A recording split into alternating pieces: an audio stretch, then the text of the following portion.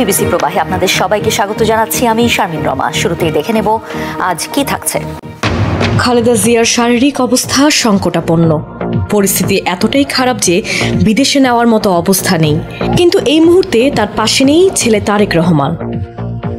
তার এই অনুপস্থিতি ঘিরে যখন নানা প্রশ্ন বড় হচ্ছে, তখন নিজেই এর ব্যাখ্যা দিয়েছেন তারেক রহমান। জানিয়েছেন মায়ের কাছে ফিরতে ব্যাকুল হয়ে আছেন, কিন্তু দেশে ফেরার সুযোগ তার একার উপর নির্ভর করছে না। 29 নভেম্বর শনিবার ফেসবুকে লেখেন, সংকটকালে মায়ের স্নেহ স্পর্শ পাওয়ার তীব্র আকাঙ্ক্ষা যে কোনো সন্তানের মতো আমারও রয়েছে, কিন্তু অন্য আর সবার মতো এটা বাস্তবায়নের ক্ষেত্রে আমার একক সিদ্ধান্ত গ্রহণের সুযোগ অবারিত ও একক নিয়ন্ত্রণাধীন নয়। স্পর্শকাতর এই বিষয়টি বিস্তারিত বর্ণনার অবকাশও সীমিত। রাজনৈতিক বাস্তবতার এই পরিস্থিতি প্রত্যাশিত পর্যায়ে উপনীত হওয়া মাত্রই স্বদেশ প্রত্যাবর্তনে আমার সুদীর্ঘ উদ্বিগ্ন প্রতীক্ষার অবসান ঘটবে বলেই আমাদের পরিবার আশাবাদী। তারেক রহমানের এই স্ট্যাটাস নিয়ে নানা মহলে সৃষ্টি হয়েছে প্রতিক্রিয়া। বিএনপির ভারপ্রাপ্ত চেয়ারম্যানের দেশে প্রত্যাবর্তন করতে না পারার পেছনে সরকারের কলকাঠি নাড়াকে দায়ী করতে থাকেন অনেকে। সোশ্যাল মিডিয়ায় এ নিয়ে যখন আলোচনা ডালপালা মেলতে শুরু করে, তখন সরকারের অবস্থা ব্যাখ্যা করেন প্রেস সচিব শফিকুল আলম। নিজের ভেরিফাইড ফেসবুকে প্রেস সচিব দাবি করেন, তারেক রহমানের দেশে প্রত্যাবর্তনের বিষয়ে সরকারের তরফ থেকে কোনো বিধিনিষেধ অথবা কোনো ধরনের আপত্তি নাই। পোস্টের অপর এক অংশে এ বিষয়ে সরকার কতটুকু আন্তরিক তা তুলে ধরার চেষ্টা করেন শফিকুল আলম। লেখেন, বেগম খালেদা জিয়ার শারীরিক অবস্থা নিয়ে প্রধান উপদেষ্টা প্রফেসর মোহাম্মদ ইউনুস ইতিমধ্যে গভীর উদ্বেগ প্রকাশ করেছেন এবং তার জন্য দেশবাসীর কাছে দোয়া চেয়েছেন। এই অবস্থায় বিএনপির ভারপ্রাপ্ত চেয়ারম্যানের প্রত্যাবর্তন নিয়ে আক্ষেপ, হতাশা আর নানা জল্পনা কল্পনা তৈরি হয়েছে বিএনপির নেতাকর্মী ও সাধারণ মানুষের মধ্যে। মায়ের কাছে সন্তানের ফেরার আকুতি একদিকে যেমন তাদের আবেগতাড়িত করছে, অন্যদিকে এই সংকটময় পরিস্থিতিতে কে পর্দার আড়াল থেকে তারেক রহমানকে বাধা দিচ্ছে তা স্পষ্ট হতে চাচ্ছেন তারা। তারেক রহমান 1/11-এর পর কারাগার থেকে বেরিয়ে সপরিবার যুক্তরাজ্যে যান 2008 সালে। তারপর আর দেশে ফেরেননি তিনি। বিদেশে থেকেই দল পরিচালনা করে আসছেন তারেক রহমান। জুলাই অভ্যুত্থানে আওয়ামী লীগ ক্ষমতাচ্যুত হওয়ায় বিভিন্ন মামলায় তারেক রহমানের সাজার রায় বাতিল হওয়ার পর শুরু হয় তার ফেরার আলোচনা।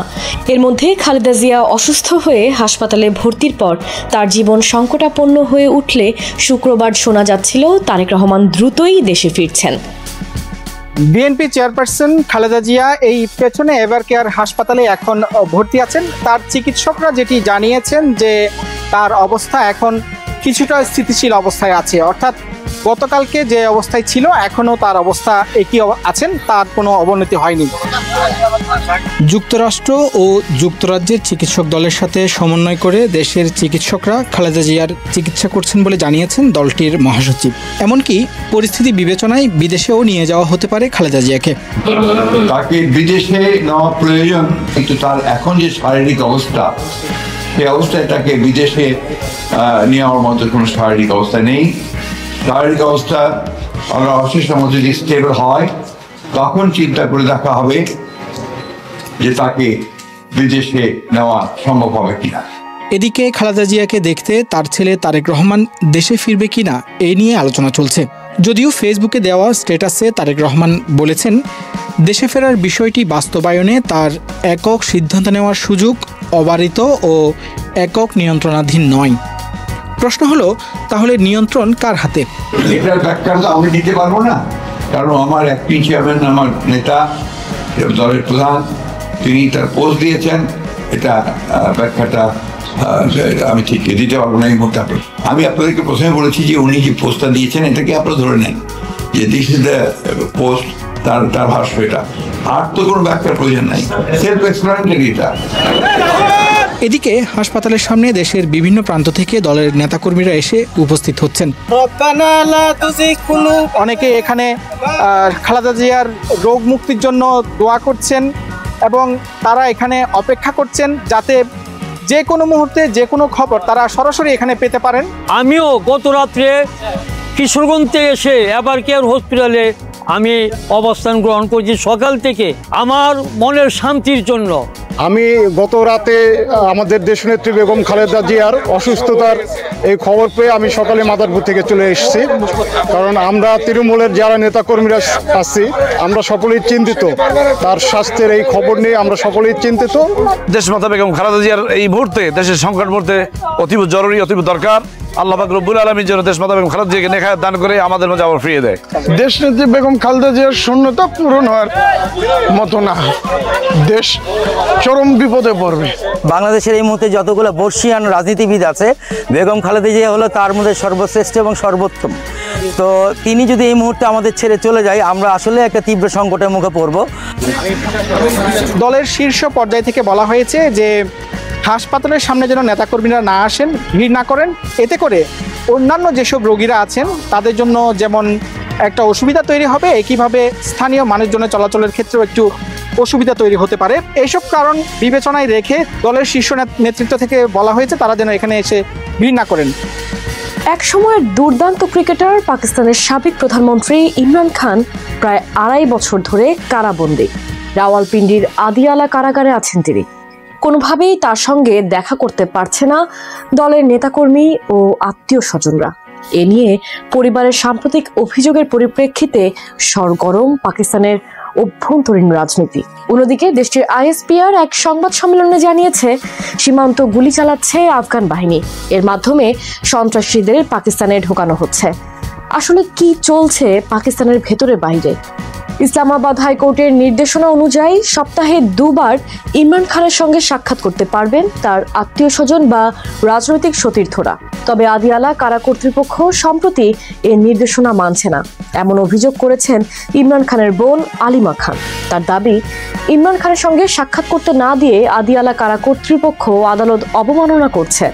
এমন পরিস্থিতিতে ইমরান খানকে অন্য কোথাও সরিয়ে নেওয়া হয়েছে কিনা বা তিনি গুরুতর অসুস্থ কিনা, এমনকি জীবিত আছেন কিনা এ নিয়ে সন্দেহ তৈরি হয়েছে। এই অবস্থায় কাটা ঘায়ে নুনের ছিটা দিয়েছে ভারতীয় গণমাধ্যম। ইমরান খানের মৃত্যুর গুজব নিয়ে খবর প্রকাশ করেছে তারা। এমন পরিস্থিতিতে ইমরান খানের ছেলে কাসিম খান তার বাবার জীবিত থাকার প্রমাণ চেয়েছেন। এক্সে দেওয়া পোস্টে কাসিম লিখেছেন, বাবা 845 দিন ধরে কারাগারে এবং গত 1.5 মাস ধরে তাকে ফাঁসির আসামিদের জন্য বরাদ্দ নির্জন কক্ষে রাখা হয়েছে। আমাদের সঙ্গে যোগাযোগ করতে দেওয়া হচ্ছে না। তবে আদিয়ালা কারাগার কর্তৃপক্ষ এসব অভিযোগ প্রত্যাখ্যান করে এক বিবৃতিতে বলেছে, কারাগার থেকে তাকে স্থানান্তর সম্পর্কিত কোনো খবর সত্য নয়। তিনি সম্পূর্ণ সুস্থ আছেন এবং প্রয়োজনীয় চিকিৎসা সেবা পাচ্ছেন। পাকিস্তানের প্রতিরক্ষা মন্ত্রী খাজা আসিফও বলেছেন, ইমরান খান কারাগারে যেসব সুযোগ সুবিধা পাচ্ছেন তা খাজা আসিফ কখনো পাননি। তার জন্য যে খাবারের ব্যবস্থা করা হয় তা কোনো 5 তারকা হোটেলেও পাওয়া যায় না। সম্প্রতি ইমরান খানের সঙ্গে দেখা করার অনুমতি না দেওয়ায় রাওয়ালপিন্ডির আদিয়ালা জেল রোডের গোরখপুর চেক পয়েন্টে 16 ঘন্টা অবস্থান ধর্মঘট পালন করেন পিটিআইয়ের নেতাকর্মীরা। খাইবার পাখতুনখাওয়ার মুখ্যমন্ত্রী সোহেল আফ্রিদিও এতে অংশ নেন। টানা 8 বার সাক্ষাৎ করতে চেয়েও ইমরান খানের দেখা পাননি তিনি। এই ধর্মঘটে আরও অংশ নিয়েছেন পাকিস্তানের বিরোধী জোট তেহরিক তাহফুজ আইন-ই পাকিস্তানের প্রধান মাহমুদ খান আচাকজাই, মজলিস ওয়াহদাত ই মুসলিমের প্রধান আল্লামা রাজা নাসির আব্বাস, মিশাল ইউসুফজাই, সিনেটর গুরদীপ সিং, সিনেটর রুবিনা নাজ, MNA জুলফিকার আহমদ সহ অনেকে। তারা বলছেন, সরকার এমন আচরণ করতে থাকলে সারা দেশ অচল করে দেওয়া হবে। পার্লামেন্ট ভবনের বাইরে বিরোধী জোটের নেতাদের সঙ্গে যৌথ সংবাদ সম্মেলনে পাখতুনখাওয়া মিল্লি আওয়ামী পার্টির চেয়ারম্যান মাহমুদ আচাকজাই বলেন, আমরা সিন্ধি, বেলুচ, পশতুন, পাঞ্জাবিদের রাস্তায় নামা ঠেকিয়ে রেখেছি। দাবি পূরণ না হলে তারা যে কোনো সময় রাস্তায় নেমে সরকার বিরোধী আন্দোলনে পরিস্থিতি জটিল করে তুলত। একদিকে ইমরান খানকে নিয়ে পাকিস্তানের অভ্যন্তরে উত্তেজনা চলছে, অন্যদিকে পাক আফগান সীমান্তে নতুন সহিংসতার ইঙ্গিত দিলেন পাকিস্তান আইএসপিআর এর মহাপরিচালক লেফটেন্যান্ট জেনারেল আহমেদ শরীফ চৌধুরী। তার অভিযোগ, সন্ত্রাসীদের পাকিস্তানে অনুপ্রবেশের সুযোগ করে দিচ্ছে আফগান বাহিনী। তারা সীমান্তে পাকিস্তানি নিরাপত্তা চৌকিগুলো লক্ষ্য করে এলোপাতাড়ি গুলি চালিয়ে সন্ত্রাসীদের পাকিস্তানে ঢুকতে সহায়তা করে।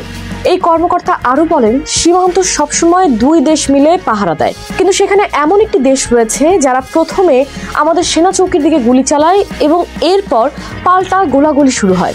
এই সুযোগে তারা সন্ত্রাসীদের পাকিস্তানে ঢুকিয়ে দেয়।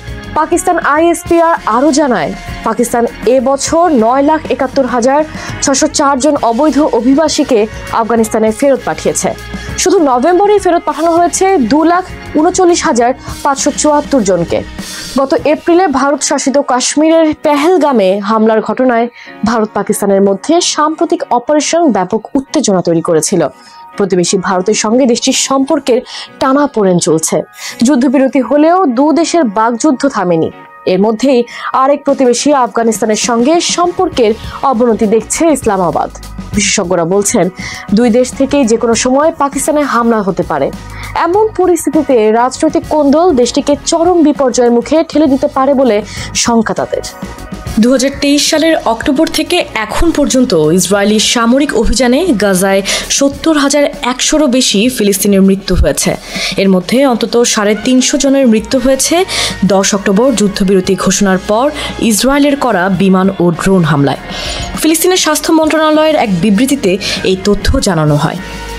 এতে আরও বলা হয়, বিমান হামলায় ধ্বংসস্তূপের নিচ থেকে এখনও মরদেহ মিলছে। এছাড়া যুদ্ধবিরতি চুক্তির পরও গাজা উপত্যকায় বিমান হামলা চালাচ্ছে ইসরায়েলি বাহিনী, ফলে মৃত্যুর সংখ্যাও বেড়ে চলেছে। মৃত্যুর এই সংখ্যা সঠিক নয় বলে দাবি ইসরায়েল ডিফেন্স ফোর্স IDF-এর। 2023 সালের অক্টোবরে হামলা শুরুর পর থেকে প্রতি মাসে পৃথক পরিসংখ্যান প্রকাশ করছে IDF-ও। দুই পক্ষের প্রকাশিত পরিসংখ্যানের মধ্যে বড় ধরনের অমিল রয়েছে। আর তথ্য সংগ্রহে বিভিন্ন আন্তর্জাতিক সংবাদ সংস্থার প্রতিনিধিরা গাজায় প্রবেশের চেষ্টা করলেও বাধা হয়ে দাঁড়ায় ইসরায়েলি বাহিনী। ফলে দুই পক্ষের দেওয়া তথ্যের উপর ভরসা করতে হচ্ছে গণমাধ্যম কর্মীদের। এর মধ্যে ফিলিস্তিনের স্বাস্থ্য মন্ত্রণালয়ের দেওয়া নথিতেই ভরসা রেখেছে জাতিসংঘ। এদিকে 29 নভেম্বর ইয়েলো লাইনের কাছেই ইসরায়েলি ড্রোন হামলায় আপন দুই ভাইয়ের মৃত্যু হয়েছে বলে জানায় হামাস।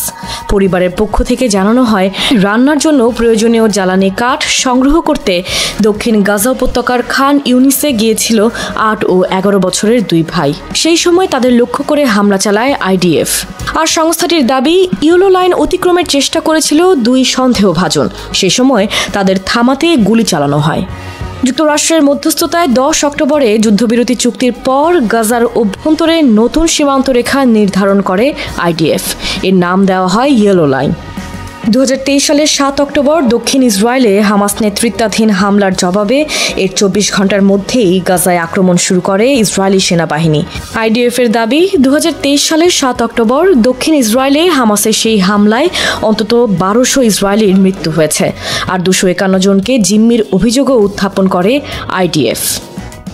গাজা গণহত্যা ও আন্তর্জাতিক মানবাধিকার লঙ্ঘনের অভিযোগের প্রেক্ষাপটে ইসরায়েলকে জাতিসংঘ থেকে বহিষ্কারের দাবিতে চিলিতে নতুন করে প্রচার অভিযান শুরু হয়েছে। 24 নভেম্বর 2025 দেশটির বেশ কয়েকটি সিভিল সোসাইটি সংগঠন জাতিসংঘ সনদের 6 নম্বর অনুচ্ছেদের ধারায় ইসরায়েলকে বহিষ্কার করার দাবি জানিয়েছে। তাদের অভিযোগ, ইসরায়েল ধারাবাহিক ও পদ্ধতিগতভাবে আন্তর্জাতিক মানবিক আইন লঙ্ঘন করছে এবং অমান্য করছে জাতিসংঘের একাধিক প্রস্তাব। জাতিসংঘ সনদের অনুচ্ছেদ 6-এ বলা হয়েছে, যে কোনো সদস্য রাষ্ট্র সনদের মৌলিক নীতিমালা ধারাবাহিকভাবে লঙ্ঘন করলে নিরাপত্তা পরিষদের সুপারিশের ভিত্তিতে ও সাধারণ পরিষদের সিদ্ধান্তে তাকে জাতিসংঘ থেকে বহিষ্কার করা যেতে পারে। এই ধারা উল্লেখ করেই চিলি সংগঠনগুলো বলছে, গাজায় ইসরায়েলের কার্যক্রম জাতিসংঘের নীতিমালা ও আন্তর্জাতিক আইনের সরাসরি ব্যত্যয়। যদিও এর আগেও এমন দাবি উঠেছে। 2025 সালের সেপ্টেম্বরে কাতারের দোহায় হামাস কর্মকর্তাদের উপর ইসরায়েলি হামলার পর পাকিস্তান জাতিসংঘে ইসরায়েলের সদস্যপদ স্থগিত বা বাতিলের দাবি তোলে। পাকিস্তানের রাষ্ট্রদূত সতর্ক করেছিলেন, ইসরায়েলের এসব কর্মকাণ্ড আঞ্চলিক স্থিতি ও বৈশ্বিক নিরাপত্তার জন্য হুমকি তৈরি করছে। একইভাবে অধিকৃত ফিলিস্তিনি ভূখণ্ডের মানবাধিকার বিষয়ক জাতিসংঘের বিশেষ প্রতিবেদক ফ্রান্সেস্কা আলবানিজ একাধিকবার ইসরায়েলের স্থগিতাদেশ বা বহিষ্কারের আহ্বান জানিয়েছেন। তার বক্তব্য, গাজায় গণহত্যা, জাতিসংঘের স্থাপনায় হামলা এবং জাতিসংঘকে সন্ত্রাসী সংগঠন আখ্যা দেওয়ার মতো কর্মকাণ্ড আন্তর্জাতিক আইনের গুরুতর লঙ্ঘন। জাতিসংঘ সনদের অনুচ্ছেদ 5-এ সদস্যপদ স্থগিতের এবং অনুচ্ছেদ 6-এ বহিষ্কারের বিধান থাকলেও প্রতিষ্ঠা লগ্ন থেকেই আজ পর্যন্ত কোনো রাষ্ট্র এসব ধারায় বহিষ্কৃত বা স্থগিত হয়নি। ব্যতিক্রম কেবল দক্ষিণ আফ্রিকা। বর্ণ বৈষম্যমূলক নীতির কারণে যে দেশের জাতিসংঘ মহাসচিবের সভায় অংশগ্রহণ একসময় বন্ধ করে দেওয়া হয়েছিল। ইসরায়েলকে জাতিসংঘ থেকে বহিষ্কারের দাবি ইতিহাসে একাধিকবার উঠেছে। 1975 সালে আলজেরিয়া ও সিরিয়া জাতিসংঘ সাধারণ পরিষদে ইসরায়েলের সদস্যপদ স্থগিত করার উদ্যোগ নেয়, কিন্তু তখন যুক্তরাষ্ট্রের ভেটো দেওয়ার হুমকির কারণে প্রক্রিয়া থেমে যায়। পরবর্তীতে জাতিসংঘ সাধারণ পরিষদ একটি প্রস্তাব গ্রহণ করে যাতে জায়নবাদের সঙ্গে বর্ণবাদকে সমার্থক ঘোষণা করা হয়। পরবর্তীতে 34টি মুসলিম দেশ ও সোভিয়েত ইউনিয়ন ইসরায়েলের প্রতিনিধি দলকে সাধারণ পরিষদ থেকে বাদ দেওয়ার আহ্বান জানায়। তাদের অভিযোগ, ইসরায়েল জাতিসংঘ সনদের প্রতি অবজ্ঞা দেখাচ্ছে এবং মধ্যপ্রাচ্যের পরিস্থিতিকে আরও জটিল করছে। তবে পশ্চিমা সমর্থনের কারণে সেই উদ্যোগটি সফল হয়নি। 2018 সালে ইসরায়েল যখন নেশন স্টেট ল পাশ করে, যা রাষ্ট্রকে কেবল ইহুদিদের জাতিরাষ্ট্র ঘোষণা করে, তখনও ফিলিস্তিনি কর্তৃপক্ষ জাতিসংঘে ইসরায়েলের বহিষ্কার দাবি তোলে। কিন্তু যুক্তরাষ্ট্র জাতিসংঘে অর্থায়ন কমানোর হুমকি দিলে উদ্যোগটি ব্যর্থ হয়। বর্তমান পরিস্থিতিতে বিশেষজ্ঞরা বলছেন, বহিষ্কারের উদ্যোগ আইনগতভাবে সম্ভব হলেও রাজনৈতিক বাস্তবতা বড় বাধা। নিরাপত্তা পরিষদের সুপারিশ ছাড়া বহিষ্কার সম্ভব নয়, আর সে পর্যায়ে যুক্তরাষ্ট্র সহ কয়েকটি স্থায়ী সদস্যের ভেটোই সবচেয়ে বড় আওয়াজ। যুক্তরাষ্ট্র এর আগে 51 বার ইসরায়েলকে রক্ষায় ভেটো দিয়েছে। তবে সাধারণ পরিষদে ভেটোর মাধ্যমে ইসরায়েলের প্রতিনিধি দলের ক্রেডেনশিয়াল বাতিল করা সম্ভব, যা অতীতে দক্ষিণ আফ্রিকার ক্ষেত্রে হয়েছে। সাম্প্রতিক বছরগুলোতে ফিলিস্তিন নিয়ে জাতিসংঘে ভেটোর প্রবণতা লক্ষ্য করলে দেখা যায় সাধারণ পরিষদে ইসরায়েল বিরোধী প্রস্তাবগুলোর প্রতি সমর্থন ক্রমাগত বাড়ছে। 2024 ও 2025 সালে ফিলিস্তিনপন্থী একাধিক প্রস্তাব বিপুল ভোটে গৃহীত হয়েছে।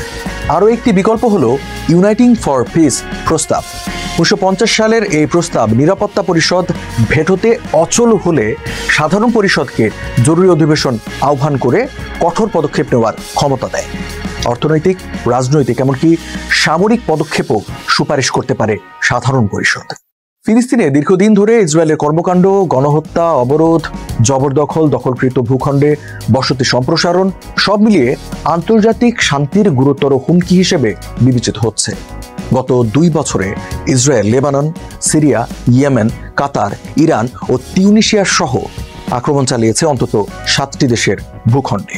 বিশ্লেষকদের মতে বহিষ্কার বা স্থগিতাদেশ এখনই বাস্তবসম্মত না হলেও বৈশ্বিক ক্ষোভ, মানবাধিকার লঙ্ঘনের ধারাবাহিক অভিযোগ ও আন্তর্জাতিক আইনের ভিত্তিতে শুরু হওয়া এই উদ্যোগের রাজনৈতিক গুরুত্ব অনেক।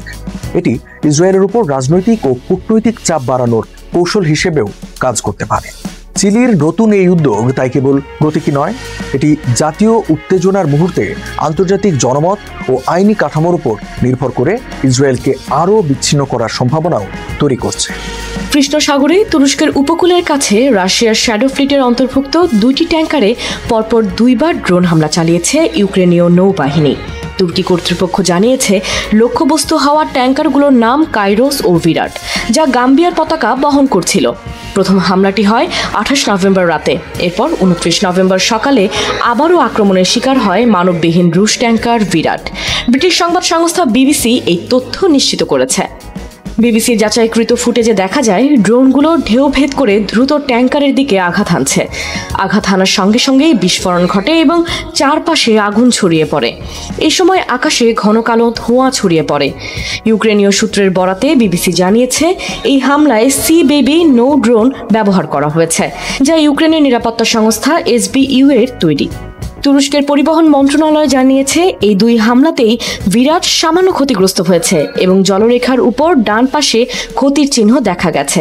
তবে জাহাজের কর্মীরা সবাই নিরাপদ আছেন এবং ভিরাট এখনও স্থিতিশীল অবস্থায় রয়েছে। একই সময়ে কৃষ্ণ সাগরে আরেকটি রুশ ট্যাঙ্কার কাইরোসে বিস্ফোরণের পর আগুন ধরে যায়। 274 মিটার দীর্ঘ ট্যাঙ্কারটিতে আগুন লাগার পর তুর্কি উদ্ধারকর্মীরা দ্রুত ঘটনাস্থলে পৌঁছে 25 জন নাবিককে নিরাপদে সরিয়ে নেয়। তুর্কি সরকার জানিয়েছে রাশিয়ার নভরোসিস্ক বন্দরের দিকে যাত্রার সময় তুরস্কের উপকূল থেকে 28 নটিক্যাল মাইল দূরে কাইরোসের বাইরের দিকে ড্রোন হামলা চালানোর পর সেখান থেকে আগুনের সূত্রপাত হয়। আগুন নেভানোর কাজ এখনও চলছে। LSEG এর তথ্য অনুযায়ী ভিরাট ও কাইরোস 2 রুশ ট্যাঙ্কারই রাশিয়ার বিরুদ্ধে 2022 সালে ইউক্রেন যুদ্ধের পর আরোপিত আন্তর্জাতিক নিষেধাজ্ঞার তালিকায় রয়েছে। এই ঘটনার পর কৃষ্ণ সাগরে নিরাপত্তা পরিস্থিতি নিয়ে তুরস্ক এখন সতর্ক অবস্থানে রয়েছে। যুদ্ধের অবসান নিয়ে আলোচনার জন্য শীর্ষ নিরাপত্তা কর্মকর্তা রুস্তেম উমেরভের নেতৃত্বে একটি প্রতিনিধি দল যুক্তরাষ্ট্রে যাচ্ছে বলে জানিয়েছেন ইউক্রেনের প্রেসিডেন্ট ভলোদিমির জেলেনস্কি। সম্প্রতি দুর্নীতি বিরোধী কর্মকর্তাদের তল্লাশির পর জেলেনস্কির চিফ অফ স্টাফ আন্দ্রি ইয়েরমাক পদত্যাগ করায় আলোচনায় এবার উমেরভই ইউক্রেনীয় দলের নেতৃত্ব দেবেন। প্রতিনিধি দল 30 নভেম্বর ফ্লোরিডায় মার্কিন কর্মকর্তাদের সঙ্গে বৈঠক করবে বলে ধারণা করা হচ্ছে। অন্যদিকে মার্কিন প্রেসিডেন্ট ডোনাল্ড ট্রাম্পের বিশেষ দূত স্টিভ উইটকফ আগামী সপ্তাহে মস্কোতে আলোচনায় অংশ নেবেন।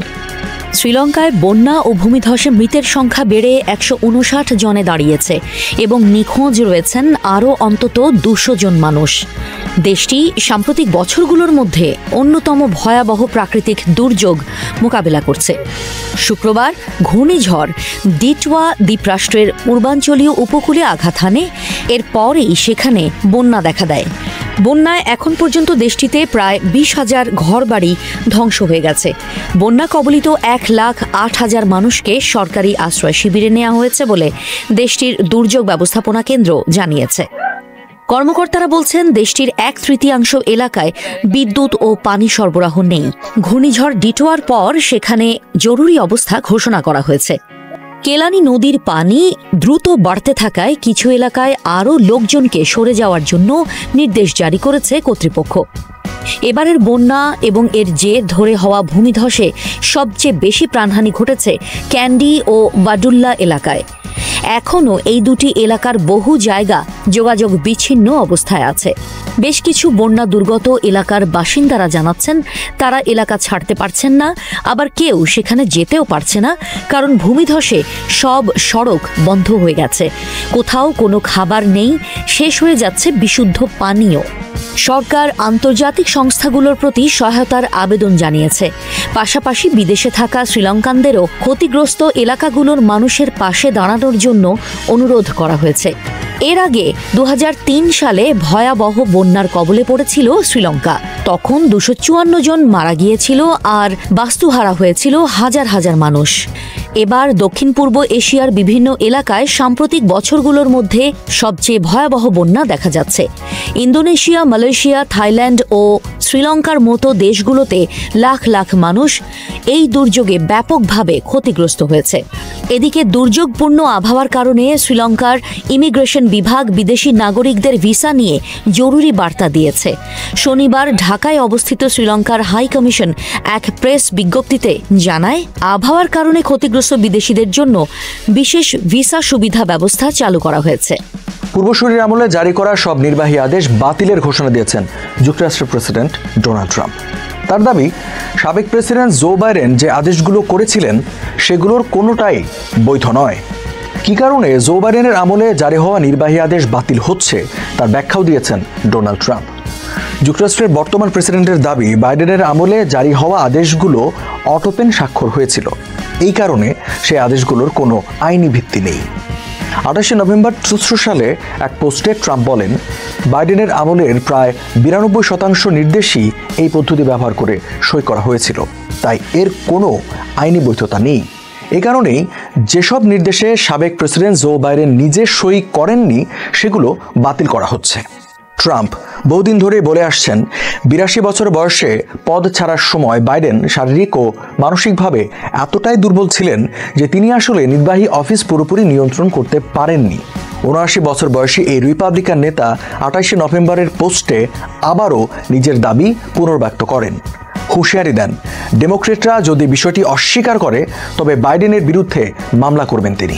ট্রাম্প বলেন, যেসব নির্বাহী আদেশে জো বাইডেন সরাসরি সই করেননি সেগুলো বাতিল করতে যাচ্ছি, কারণ অটোপেন পরিচালনাকারীরা এসব অবৈধভাবে করেছিলেন। জো বাইডেন অটোপেন প্রক্রিয়ায় জড়িত ছিলেন না। যদি জড়িত থাকার দাবি করেন তবে মিথ্যাচারের অভিযোগে আদালতে হাজির করা হবে তাকে। অটোপেন হলো এক ধরনের যান্ত্রিক বা স্বয়ংক্রিয় স্বাক্ষর যন্ত্র, যা ব্যবহার করে কোনো ব্যক্তি শারীরিকভাবে উপস্থিত না থাকলেও দলিল, নির্বাহী আদেশ বা নথিতে স্বাক্ষর করতে পারেন। হোয়াইট হাউসে অটোপেন ও এ ধরনের যান্ত্রিক স্বাক্ষর ব্যবহারের ইতিহাস বহু পুরনো। 19বিংশ শতকের শুরুতে তৃতীয় মার্কিন প্রেসিডেন্ট টমাস জেফারসনের সময় থেকেই এর ব্যবহার শুরু হয়। ট্রাম্প নিজেও তার প্রথম মেয়াদে এই ডিভাইস ব্যবহার করেছিলেন। দায়িত্ব পালনের সময় অটোপেন ব্যবহারের কারণে বারবার বাইডেনকে নিয়ে উপহাস করেছেন ট্রাম্প। বছরের শুরুতে হোয়াইট হাউস রোজ গার্ডেনের পাশে প্রেসিডেন্সিয়াল ওয়াক অফ ফ্রেম স্থাপন করা হলে বাইডেনের প্রতিকৃতির জায়গায় মজা করে একটি যান্ত্রিক স্বাক্ষর যন্ত্রের ছবি বসিয়েছিলেন ট্রাম্প। চলতি মাসে ওয়াশিংটন সফরের সময় যুবরাজ মোহাম্মদ বিন সালমানকে ছবিটি দেখিয়েছিলেন তিনি। প্রেসিডেন্ট নির্বাচনে দুবার একে অপরের মুখোমুখি হয়েছিলেন বাইডেন ও ট্রাম্প। প্রথমবার 2020 সালে, সেবার ট্রাম্প হেরে যান। পরের বার 2024 সালে, এবার অবশ্য নির্বাচন থেকে সরে দাঁড়ান বাইডেন, জয় পান ট্রাম্প। 2020 সালের নির্বাচনে পরাজয় আজও মেনে নেননি ট্রাম্প। সেবার ভোটে ব্যাপক কারচুপি হয়েছিল বলে দাবি করে আসছেন তিনি। বাইডেন সম্পর্কে আরও বিভ্রান্তিকর ও ভিত্তিহীন মন্তব্য করেছেন ট্রাম্প। তার দাবি, ডেমোক্রেটদের অজান্তে নীতিগত নথিতে সই করানোর জন্য বাইডেনের বয়সের সুযোগ নিয়েছিলেন হোয়াইট হাউসের কর্মীরা। অবশ্য ট্রাম্প তার এই দাবির পক্ষে কোনো প্রমাণ দেখাতে পারেননি। গত জুনে এক বিবৃতিতে বাইডেন নিজেই এই অভিযোগ অস্বীকার করেছেন। বিশ্লেষকরা বলছে 2020 সালের নির্বাচনে পরাজয় কোনোভাবেই মেনে নিতে পারেননি ট্রাম্প। এ কারণে দ্বিতীয় মেয়াদে ক্ষমতায় এসেই নির্বাহী আদেশে বাইডেনের জারি করা ক্ষমা বাতিলের চেষ্টা করেছিলেন ট্রাম্প। সবশেষ বাইডেনের আমলে যুক্তরাষ্ট্রের গ্রিন কার্ড পাওয়া ব্যক্তিদের তথ্য পুনরায় যাচাইয়ের ঘোষণা দিয়েছেন খ্যাপাটে ট্রাম্প। 2019 সালের ফেব্রুয়ারিতে ওয়াশিংটনের রাজনৈতিক অঙ্গন সরগরম হয়ে ওঠে মার্কিন প্রেসিডেন্ট ডোনাল্ড ট্রাম্পের সাবেক ব্যক্তিগত আইনজীবী মাইকেল কোহেনের কংগ্রেসের সাক্ষ্যকে কেন্দ্র করে। সেখানে মার্কিন প্রতিনিধি পরিষদের একটি কমিটির সামনে তিনি ট্রাম্প সম্পর্কে নানা গুরুত্বপূর্ণ তথ্য তুলে ধরছিলেন। সেদিন টেলিভিশনে সরাসরি সম্প্রচারিত একটি মুহূর্ত বিশেষভাবে নজর কাড়ে সবার। কমিটির ডেমোক্রেট সদস্য স্টেসি প্লাস্কেট কোহেনকে জিজ্ঞাসাবাদের প্রস্তুতি নেওয়ার সময় মোবাইল ফোনে কাউকে মেসেজ করছেন। ক্যামেরায় ধরা পড়া সেই দৃশ্য দ্রুতই আলোচনার কেন্দ্রে চলে আসে। সম্প্রতি জানা গেছে সেই ব্যক্তি আর কেউ নন, কুখ্যাত যৌন অপরাধী জেফ্রি অ্যাপস্টেইন। অ্যাপস্টেইনের সম্পত্তির পক্ষ থেকে প্রকাশিত সমন সম্পর্কিত নথিতে উঠে আসে তিনি প্লাস্কেটকে ট্রাম্প অর্গানাইজেশনের একজন কর্মচারী সম্পর্কে জিজ্ঞাসা করতে বলেন। তিনি সেই প্রশ্ন তোলার পরই অ্যাপস্টেইন তাকে লিখে পাঠান, ভালো কাজ। আইনজীবী প্লাস্কেট ব্রিটিশ সংবাদ সংস্থা বিবিসিকে বলেন, তথ্য সংগ্রহের জন্য বহু উৎসের সঙ্গে যোগাযোগ করা আমার অভ্যাস। তথ্য জোগাড়ের জন্য অনেকজনের সঙ্গেই যোগাযোগ করেছি। অ্যাপস্টেইন ছিলেন তাদের একজন, কারণ তিনি আমার নির্বাচনী এলাকার বাসিন্দা। তিনি আরও বলেন, অ্যাপস্টেইনের আচরণে আমি বিরক্ত। তার অপরাধের ভুক্তভোগীদের পাশে আছি এবং তাদের সাহসের প্রশংসা করি। আমি বহুদিন ধরেই চাই অ্যাপস্টেইনের সব নথি প্রকাশ করা হোক। প্লাস্কেট জানিয়েছেন, যৌন পাচারের অভিযোগে 2019 সালে অ্যাপস্টেইন গ্রেপ্তার হওয়ার আগে তাদের মাঝে বার্তা বিনিময় হয়েছিল। তবে এটি ঘটেছে 2008 সালে পতিতাবৃত্তিতে প্ররোচনার অভিযোগে অ্যাপস্টেইন দোষী সাব্যস্ত হওয়ার অনেক পরে। 2008 সালে অপ্রাপ্তবয়স্ক মেয়েদের পতিতাবৃত্তিতে প্ররোচনার দায়ে দোষী সাব্যস্ত হওয়ার পরও জেফ্রি অ্যাপস্টেইন মার্কিন অভিজাত সমাজে প্রভাব বজায় রেখেছিলেন। 2018 সালে মার্কিন দৈনিক সংবাদপত্র মিয়ামি হেরাল্ড অ্যাপস্টেইনের বিরুদ্ধে ভয়ঙ্কর তদন্ত রিপোর্ট প্রকাশ হওয়ার পরও অনেক প্রভাবশালী ব্যক্তি তার সঙ্গে যোগাযোগ রাখতেন। 2019 সালে গ্রেপ্তার হওয়ার 6 মাস পরে জেলে তার মৃত্যু হয়। মেডিকেল পরীক্ষকের মতে এটি আত্মহত্যা। মৃত্যুর পর নানা ষড়যন্ত্রের তত্ত্ব ছড়িয়ে পড়ে। সম্প্রতি প্রকাশিত 20,000 পৃষ্ঠার নথিতেও দেখা যায় অ্যাপস্টেইন দোষী সাব্যস্ত হওয়ার পরও তার সামাজিক নেটওয়ার্ক অনেক বিস্তৃত ছিল এবং বহু মানুষ তার সঙ্গে সম্পর্ক রেখেছিল। The spider, inside the criminal web of Jeffrey Epstein and Ghislaine Maxwell বইটির লেখক ব্যারি লেভাইন বলেন, অ্যাপস্টেইন ছিলেন একজন ভয়ঙ্কর মানুষ, কিন্তু তার মধ্যে অসাধারণ এক ধরনের ক্যারিশমা ছিল, যার মাধ্যমে তিনি ক্ষমতাবানদের সঙ্গে অবিশ্বাস্য নেটওয়ার্ক তৈরি করতে পারতেন। তার ভাষায়, অ্যাপস্টেইন নিজেকে হিউম্যান কালেক্টর হিসেবে দেখতেন। তিনি ভবিষ্যতে সুবিধা নেওয়ার, আর্থিক সহায়তা পাওয়ার এবং প্রয়োজনে ব্ল্যাকমেল করার জন্য মানুষের সঙ্গে সম্পর্ক তৈরি করতেন। সম্প্রতি অ্যাপস্টেইনের প্রকাশিত নথিতে দেখা যায়, অ্যাপস্টেইনের নেটওয়ার্কে ছিলেন বিশিষ্ট পণ্ডিত, ব্যবসায়িক টাইটান, রাজনীতিবিদ, উচ্চ পর্যায়ের অর্থনীতিবিদ ও শিক্ষাবিদ। প্রখ্যাত ভাষাবিদ নোয়াম চমস্কি থেকে শুরু করে যুক্তরাজ্যের সাবেক মন্ত্রী লর্ড পিটার ম্যান্ডেলসনও অ্যাপস্টেইনের সঙ্গে নিয়মিত যোগাযোগ রাখতেন এবং আর্থিক সহায়তা দিতেন। 2016 সাল পর্যন্ত তাদের ইমেল আদান প্রদান দেখা গেছে। ম্যান্ডেলসন পরে জানিয়েছেন তিনি অ্যাপস্টেইনের অপরাধ সম্পর্কে জানতেন না। মার্কিন অর্থমন্ত্রী ও হার্ভার্ড বিশ্ববিদ্যালয়ের সাবেক প্রেসিডেন্ট ল্যারি সামার্সও অ্যাপস্টেইনের কাছ থেকে ব্যক্তিগত পরামর্শ নিতেন। এমনকি 2018 সালে হেরাল্ডের রিপোর্ট প্রকাশের সময়ই তিনি অ্যাপস্টেইনের কাছে এক নারীর পাঠানো বার্তা ফরওয়ার্ড করে পরামর্শ চান। এই ঘটনা প্রকাশের পর সামার্স তার সব জনসাধারণিক দায়িত্ব থেকে সরে দাঁড়ান। মার্কিন প্রেসিডেন্ট ডোনাল্ড ট্রাম্প একসময় অ্যাপস্টেইনের খুব ঘনিষ্ঠ ছিলেন, তবে 2000 সালের দিকে তাদের সম্পর্ক শেষ হয়ে যায়। 2002 সালে ট্রাম্প তাকে ভয়ঙ্কর ব্যক্তি হিসেবে উল্লেখ করেন। যদিও অ্যাপস্টেইন দাবি করেছিলেন সে 10 বছর ধরে ট্রাম্পের সবচেয়ে ঘনিষ্ঠ বন্ধু ছিল। হোয়াইট হাউস জানিয়েছে ট্রাম্প তাকে বহু বছর আগে নিজের ক্লাব থেকে বের করেছিলেন, কারণ তিনি নারী কর্মীদের সঙ্গে খারাপ আচরণ করতেন। বিশ্লেষকরা মনে করেন অ্যাপস্টেইনের গল্প শুধু একজন অপরাধী নয়, এটি মার্কিন অভিজাত সমাজ, ক্ষমতার কেন্দ্র এবং মানুষের দুর্বলতার প্রতিচ্ছবি। ধনী ও ক্ষমতাশীল অনেকেই তার অপরাধ উপেক্ষা করেছেন। সম্ভবত এ কারণেই তারা তাকে সরাসরি না বলতে পারেননি। সবাইকে শুভকামনা জানিয়ে আমি শারমিন রমাজ এখানেই বিদায় নিচ্ছি। ভালো থাকবেন।